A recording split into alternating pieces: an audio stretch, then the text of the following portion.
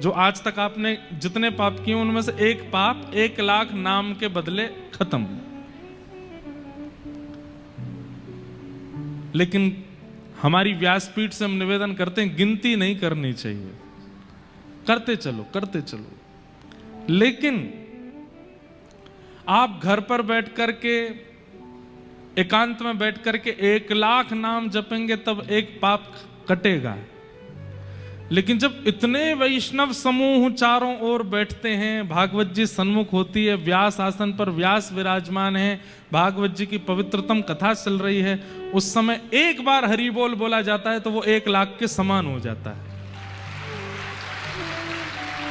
एक बार राधे श्याम बोला जाए, एक बार सीताराम बोला जाए, तो फिर वो 1,00,000 के समान ही उसका बल होता है। इसलिए कथा में भगवान नाम जब व्यास मंच से बुलवाया जाए ना तो खूब उत्साह से बोलना चाहिए। इतना सुंदर चरित्र है श्री चैतन्य महाप्रभु का।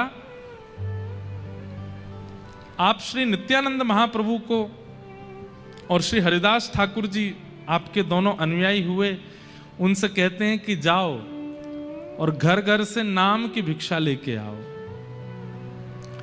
अगर कोई राजी राजी हरि नाम नहीं बोलेगा तो जिद करके बुलवाएंगे, लेकिन बुलवाएंगे। तो नित्यानंद जी जाते और द्वार पर जाकर के कहते भिक्षा दे दो। तो द्वार के लोग कहते क्या भिक्षा में चाहिए? बोले हरि बोल बोल दो, बस एक बार हरि बोल बोल दो। कोई लड़ने लगता, ये हरि बोल बुलवाते रहते हो, हरि बोल बोलने से कोई घर चलता है क्या? नित्यानंद महाप्रभु कहते आपको घर चलाने के लिए क्या करना है? तो माताएं कहती हमको सब्जी बनानी है, रोटी बनानी है, चावल बनाने हैं, पति आएंगे आकर के चिल्लाएंगे भोजन कराओ, बच्चे आएंगे बोलेंगे भोजन कराओ, कौन? हम अगर भजन करेंगे तो भोजन कौन बनाएगा?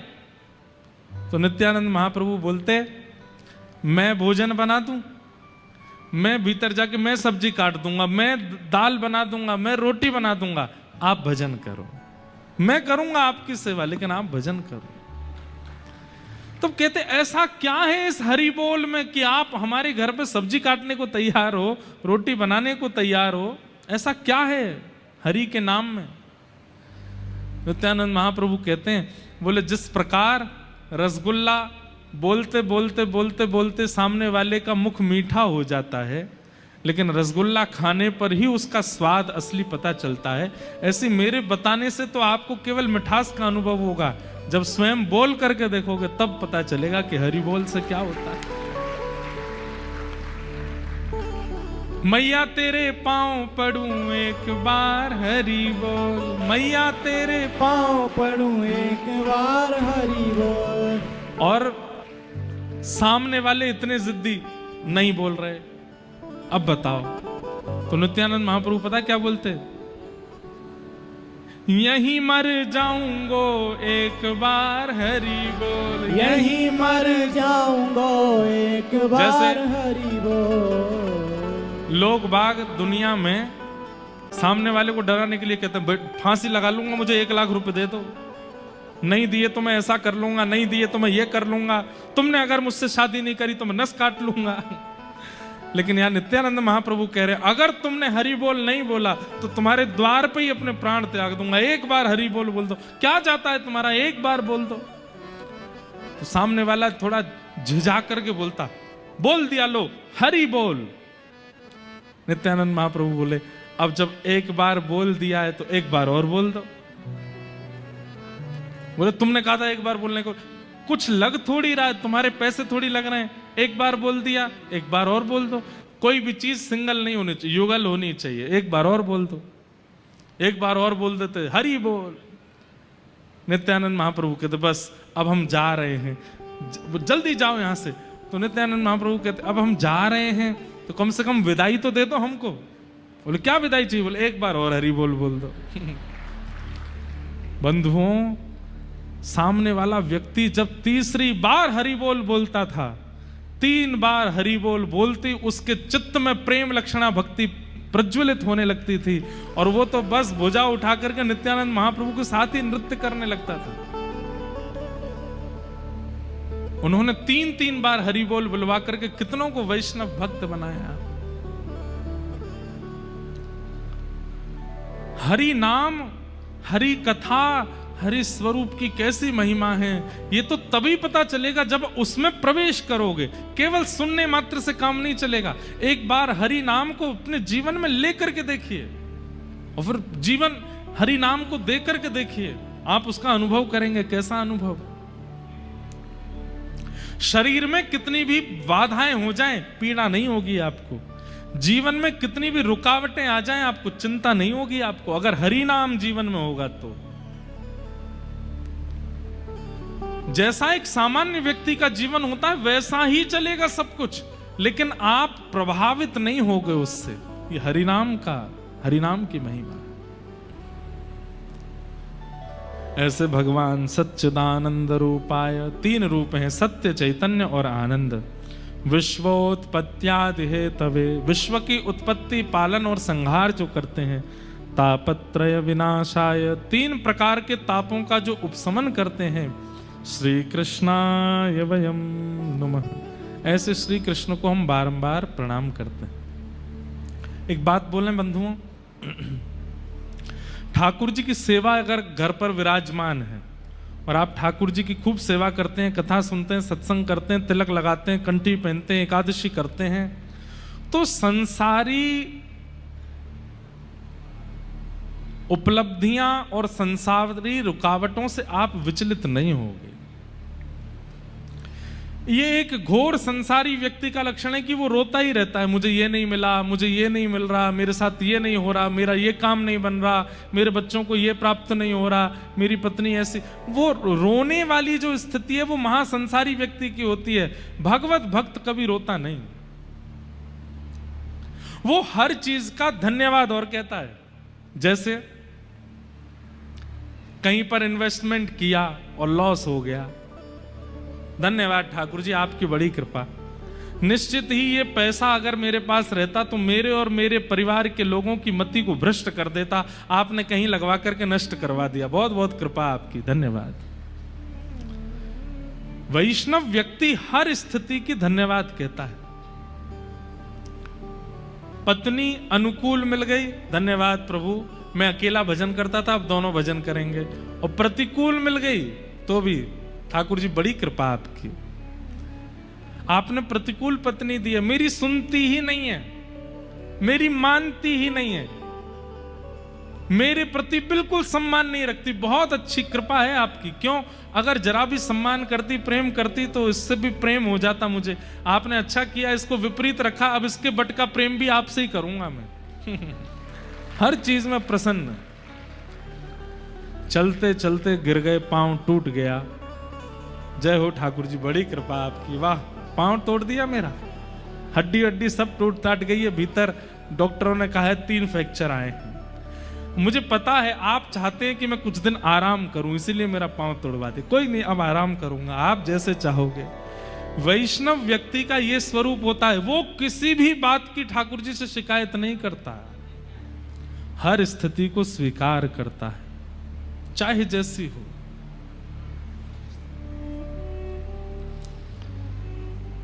तापत्रय विनाशाय, सुदामा जी ने कभी शिकायत नहीं की भगवान से, मीराबाई ने कभी शिकायत नहीं की कि आपने ऐसा क्यों किया मेरे साथ, गजेंद्र ने कभी शिकायत नहीं की। शिकायतें तो हम करते हैं। और एक बात बोले बंधुओं, ये प्रेम का स्वरूप नहीं है। जैसे कोई कहे आपसे कि मैं आपसे बहुत प्रेम करता हूं, लेकिन सुबह से शाम तक केवल शिकायत ही करता रहता है, ये हो गया, ये हो गया, तुमने ये नहीं किया, तुमने, तो कहीं ना कहीं उसका प्रेम अभी उस स्थिति का नहीं है, इसलिए शिकायत है। प्रेम में शिकायत नहीं होती, प्रेम में स्वीकार होता है। शिकायतें बहुत ज्यादा जहां होती हैं वहां कहीं ना कहीं प्रेम घट गया है, प्रेम थोड़ा कम है, इसलिए शिकायतें हैं। जैसे स्कूल में जब हम पढ़ते थे, अब हमने कोई गलती की, हमारे मित्रों ने देख लिया, कई इतने उद्यमी होते थे, वो प्रतीक्षा करते थे कि कब टीचर आए और हम उनको बताएं। टीचर को पता नहीं चला है कि क्लास में कुछ ऐसा हुआ है, सर वो जो पीछे बैठा है ना बेंच पे, वो ऐसे ऐसे कर रहा था। अरे उनको पता नहीं चला, तू क्यों जाकर के बोल रहा है? ऐसे बच्चे बड़े शातिर, बड़े चालाक माने जाते थे। लेकिन कई बच्चे कैसे होते, लंच टाइम से पहले हमने भोजन कर लिया, चुपचाप उसने देख लिया, और मान लो टीचर को पता भी चल गया तो भी वो बीच बचाव, नहीं नहीं सर मैंने देखा इसने नहीं खाया, वो इसकी माताजी बढ़िया सब्जी बनाती है इसलिए आपको खुशबू आ गई होगी, इसने नहीं खाया है, वो बचाते हैं। शिकायतें करने का स्वभाव वैष्णव का नहीं होता। अत्यंत शिकायतें जिसके पास भरी पड़ी हैं वो प्रेमी व्यक्ति नहीं है। इसलिए उर्दपुंड धारण करते हो, ठाकुर जी की सेवा करते हो, कथा सुन रहे हो, वैष्णव पथ के पथिक बन गए हो, भक्ति पथिक हो, तो सबसे पहला काम शिकायतें बंद कीजिए। जो होता है उसको प्रसाद मान के स्वीकार करो। और एक बात और मैं आपको पहले ही संकेत कर दूं, जिस दिन आप ये मन में विचार करोगे आज के बाद कोई शिकायत नहीं, ठाकुर जी कहते अच्छा चलो, उसी दिन से फिर ऐसा खेल खेलेंगे आपके साथ, आप ना चाहते हुए भी शिकायत करने को मजबूर हो गए, लेकिन तब भी शिकायत नहीं की, ठाकुर जी प्रसन्न हो जाएंगे, प्रकट हो जाएंगे, हृदय से लगा लेंगे। नृसिंह भगवान, सुनो, प्रहलाद जी के साथ में क्या नहीं हुआ, दैत्य पिता, दैत्य मां, दैत्य परिवार, दैत्य भाई, दैत्य कुल, सब कुछ विपरीत। पिता ने मारने का प्रयास किया, जिनके लिए शास्त्र कहते हैं कि माता पिता सदैव पूजनीय हैं, वो वंदनीय हैं, वो जो करें सब स्वीकार करो, लेकिन प्रहलाद जी जैसे पिता, हिरण्यकश्यप जैसा पिता, लेकिन प्रहलाद जी महाराज ने कभी शिकायत नहीं की ठाकुर जी से, स्वीकार करते गए, स्वीकार करते गए, स्वीकार करते गए, और उसका परिणाम नृसिंह बनकर के जब भगवान आए तो सबसे पहले प्रहलाद जी को गोद में लेके कहते हैं, प्रहलाद यदि मैंने आने में विलंब किया हो तो मुझे क्षमा करना,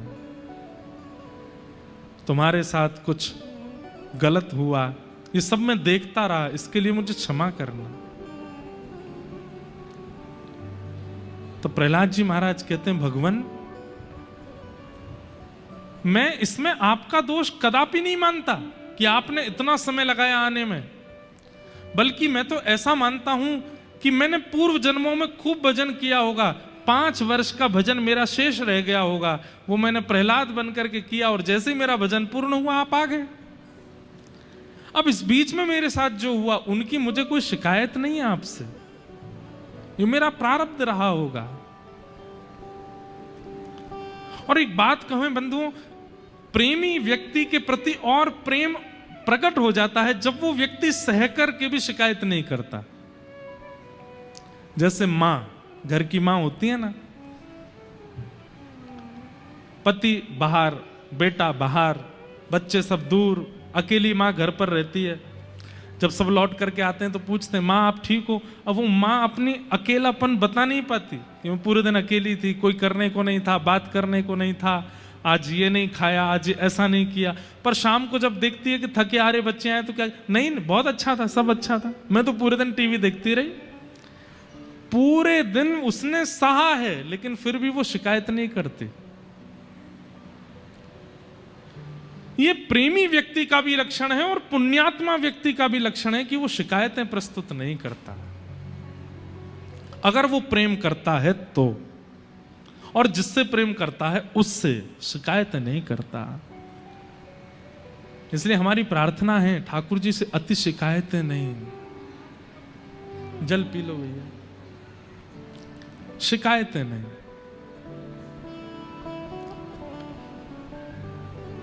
तापत्रय विनाशाय श्री कृष्णाय वयं नमः। ऐसे सब प्रकार के तापों का उपशमन करने वाले, पूरे जीवन को प्रसाद रूप में हमें प्रदान करने वाले श्री कृष्ण को हम बारंबार प्रणाम करते हैं, वंदन करते हैं। आगे महात्म्य की कथा है, हम जल्दी जल्दी महात्म्य का पूरा सत्र कर दें पूर्ण, सुन के ही जाइएगा। 88,000 सौनकादि ऋषि नैमिषारण्य क्षेत्र में बैठे हैं और तभी सूत जी महाराज का आगमन होता है।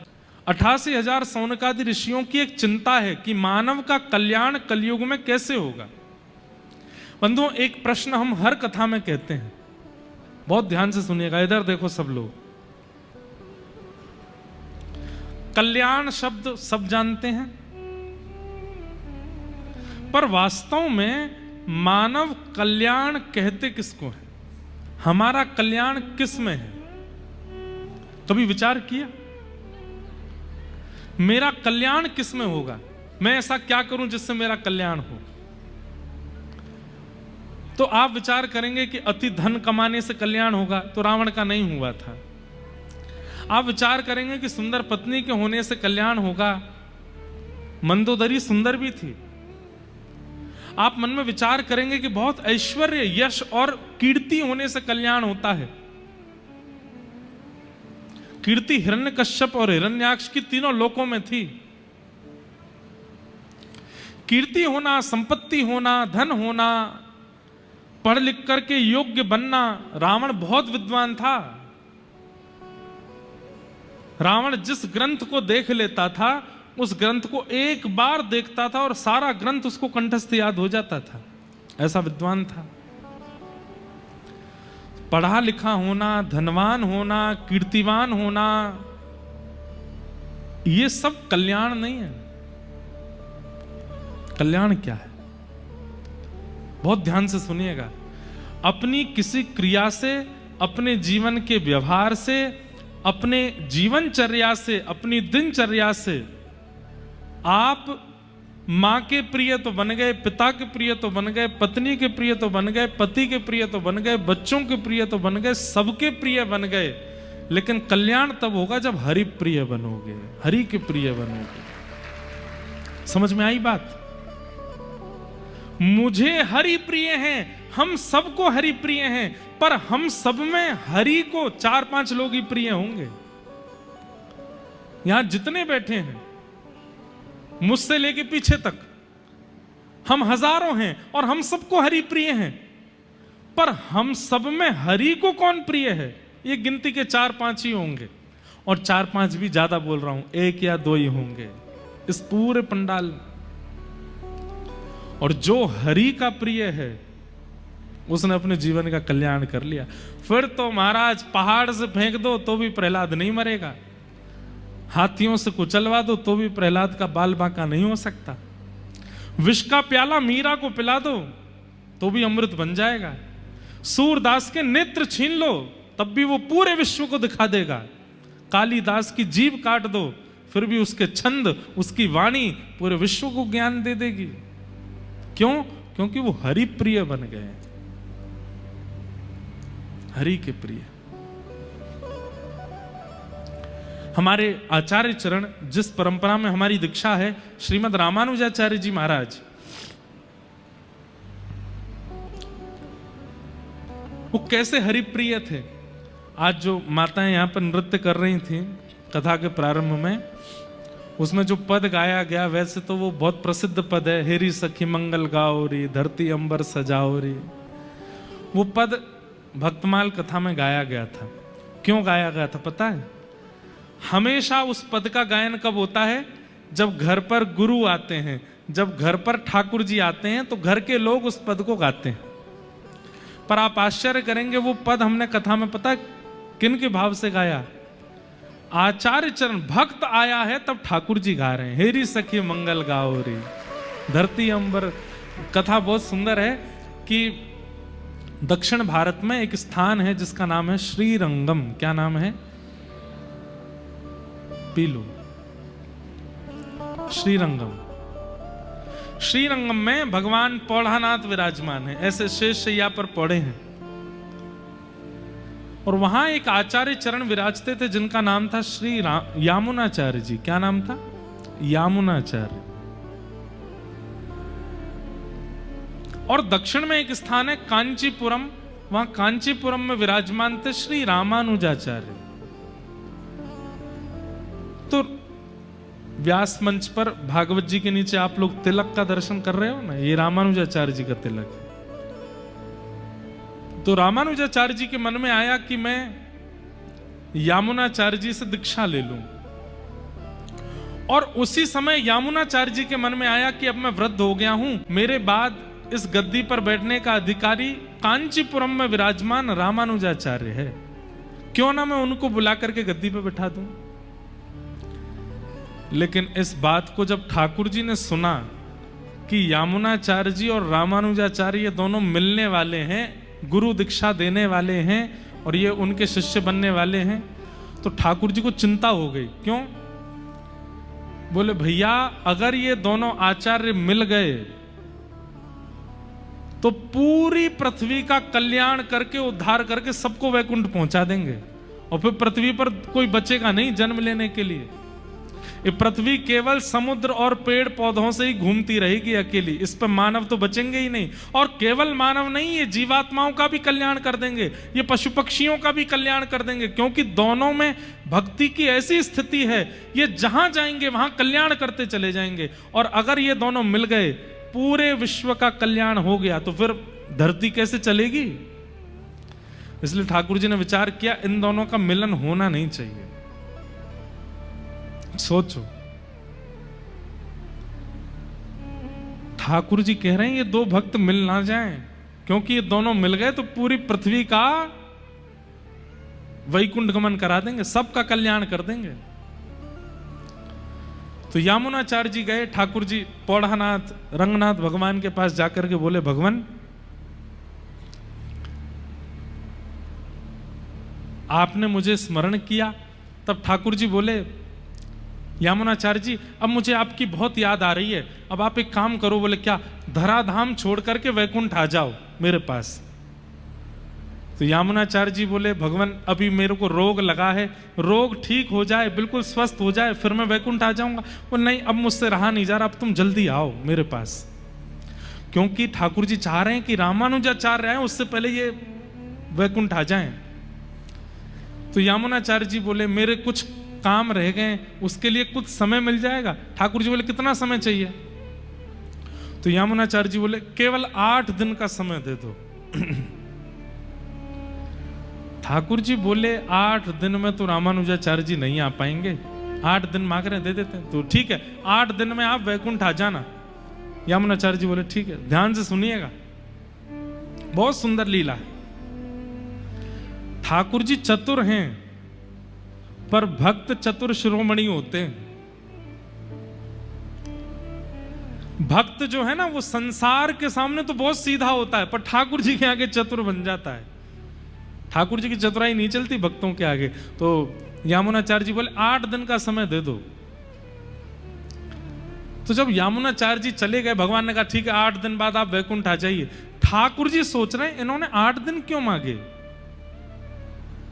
तब उनको पता चला अरे इन्होंने एक सेवक को अभी कांचीपुरम भेजा है और यहां से कांचीपुरम जाने में 4 दिन लगते हैं। 4 दिन में वो सेवक पहुंचेगा और जैसे ही रामानुजाचार्य जी से कहेगा कि यामुनाचार्य जी बुला रहे हैं, रामानुजाचार्य जी तुरंत निकलेंगे और 4 दिन में वो आ जाएंगे।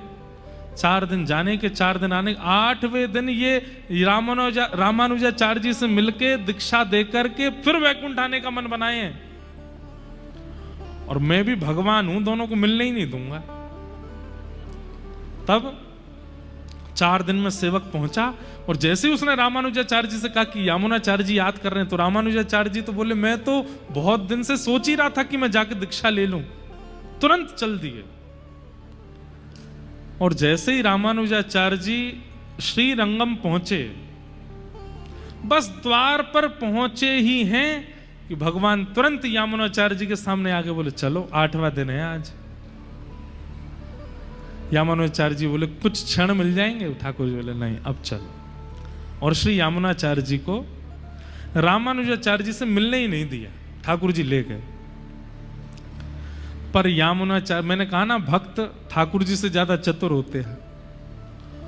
तो यामुनाचार्य जी का जब परम पद हुआ वैकुंठ, तो उन्होंने अपने शरीर में अपने हाथ की 3 उंगलियों को बंद कर रखा था। ऐसे हाथ थे। कोई भी व्यक्ति प्राण त्यागता है या तो उसके हाथ खुले होंगे या पूरे बंद होंगे, लेकिन 3 उंगली बंद और बाकी के 2 उंगली खुले हुए। रामानुजाचार्य जी आए तो बहुत रोए, यामुनाचार्य जी के चरणों में गिर करके रोए। सर्वांगीण अंग का जब दर्शन किया, तो हाथ का जब इस रूप में दर्शन किया, तो रामानुजाचार्य जी समझ गए ये निश्चित मुझे कुछ आज्ञा कर रहे हैं। और वो तीनों आज्ञाएं जैसे ही रामानुजाचार्य जी ने बोली, पहली आज्ञा बोली तो पहला हाथ खुल गया, पहली उंगली खुल गई, दूसरी बात बोली तो दूसरी उंगली खुल गई, तीसरी बात बोली तो तीसरी उंगली खुल गई। मतलब भले ही वो चले गए लेकिन फिर भी रामानुजाचार्य जी को ज्ञान दीक्षा तो दे ही गए तीनों आज्ञाओं से। और तीन आज्ञा कौन कौन सी थी? पहली आज्ञा थी, रामानुजाचार्य जी बोले, गुरुदेव आप चाहते हैं कि मैं श्री भाष्य की रचना करूं? तुरंत पहली उंगली। आप आज्ञा कर रहे हैं कि दक्षिण भारत में लिखे हुए जितने भी हमारे दिव्य प्रबंध हैं उनको मैं संस्कृत भाषा में लिखूं? दूसरी उंगली खुल गई। और तीसरी उंगली में आप चाहते हैं कि मैं वैष्णव धर्म का दशों दिशाओं में प्रचार करूं? तीसरी उंगली खुल गई, दीक्षा हो गई। लेकिन रामानुजाचार्य जी ठाकुर जी से नाराज हो गए। आपने मुझे मेरे गुरुदेव से मिलने नहीं दिया, अब मैं जीवन में यहां कभी नहीं आऊंगा। और ऐसा कहकर के रामानुजाचार्य जी चले गए।